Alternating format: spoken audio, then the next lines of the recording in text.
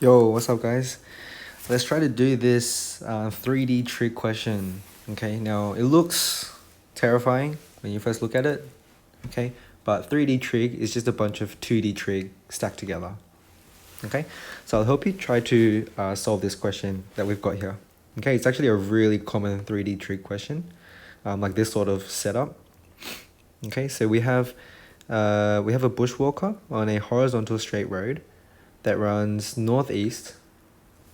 Observes from a point P that a hill bears northwest on its peak R and has an angle of elevation of 15. Okay. On walking 200 meters farther along this road to a point Q, the angle of elevation of R is now 12. Okay, so what is the height of the hill to the nearest meter? Now, thankfully, if you're in an exam, if they want to be mean, they might not even give you this diagram. Like, they might get you to draw the diagram yourself, which is an extra challenge. Okay, but we've got the diagram here in front of us. And so basically what's happening is we're at this point P, okay, and we can look northwest at this tower, okay, or a hill rather, and it's 15 degrees going up, the angle of elevation. Okay, we're gonna move a little bit, we're gonna walk a little bit away from the hill, okay, so our angle of elevation is now 12, it's a bit smaller. Okay, and basically the question is to find this height. Okay, so one thing I like to do when dealing with a difficult question like this is to kind of, first of all, think about what we have. Okay, so we're looking for this h, but the numbers that we actually have are 12 degrees, 15 degrees, and 200. Okay, that's all we have. And also, here it's 90 degrees. Okay, it's basically 90 degrees because we have northwest and northeast, and they kindly told us that that's 90 degrees there. Okay, so we have a 90-degree triangle at the base, right, on the ground. And we already know one side of that. Okay, and we know this side is attached to the 15-degree triangle and the other side is attached to the 12-degree triangle. Okay, so what I'm going to do is I'm going to show you my strategy for this question. Okay, so on the very base triangle, here, let's try to highlight this. On this base triangle, we can say np squared plus pq squared is nq squared by the use of Pythagoras. And we know that pq is 200. So np squared plus 200 squared is nq squared. Okay, now the reason why I look at this triangle is because this seems like the triangle at the bottom that kind of connects all the other triangles together. Okay, plus we know a lot about this triangle. It's got 200 already. Okay, now the thing is we don't know what NP and we don't know what NQ are, right? NP and NQ, we don't know what these are. But we know the triangles that's attached to it, right? So I'm going to draw the triangle out again and say, let's say N, R, P, 15 degrees. Right, so that is the triangle that we just drew. Okay, so that's for this guy. That's for that triangle. And let's draw the same thing. And let's draw it for this triangle over here.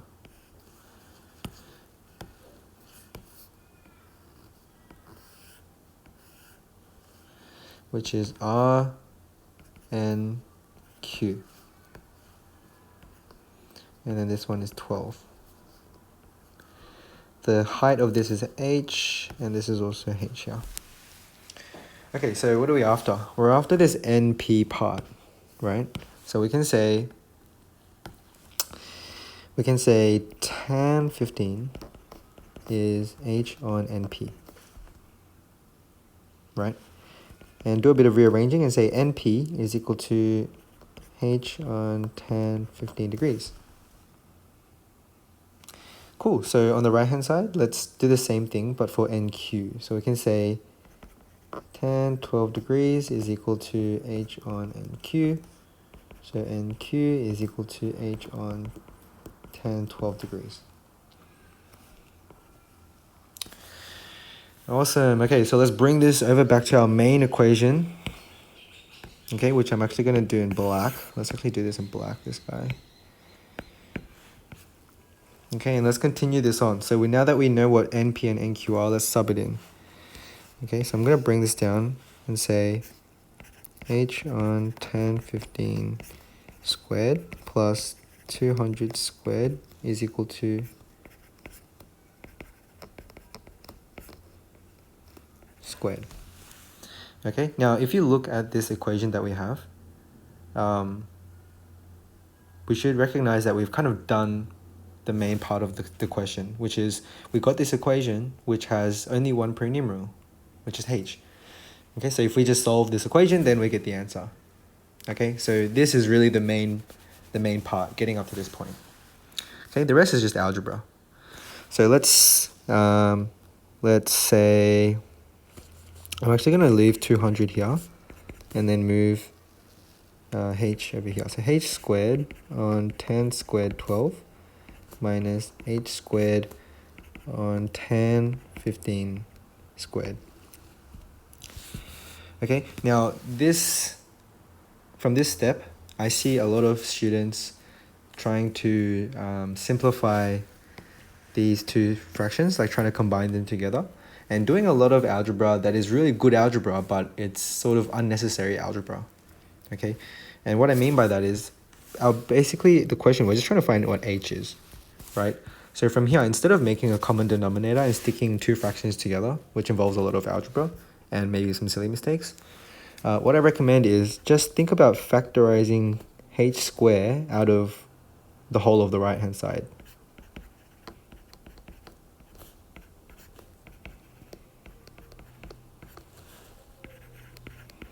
Okay, like that.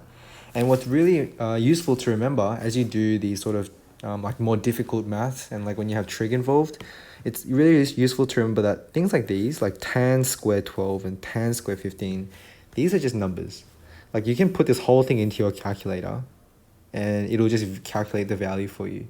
And you're going to do that at some point anyway, because this question, wants to know the nearest meter, right? So instead of going through the trouble of combining this fraction, just put it into your calculator, okay? And basically we can say H squared is equal to 200 squared divided by that answer. Okay, and basically just this guy in this answer. Okay, and then if we square root the answer, from here we should get, I believe it's 70 degrees. Oh, sorry, 70 meters is the answer. And so yeah, that's how you do this 3D trig question. And this is a really common one, like just having these two triangles stuck together. Okay, so hopefully that was helpful to someone out there. Thanks for watching, and I'll catch you guys in the next one. Laters.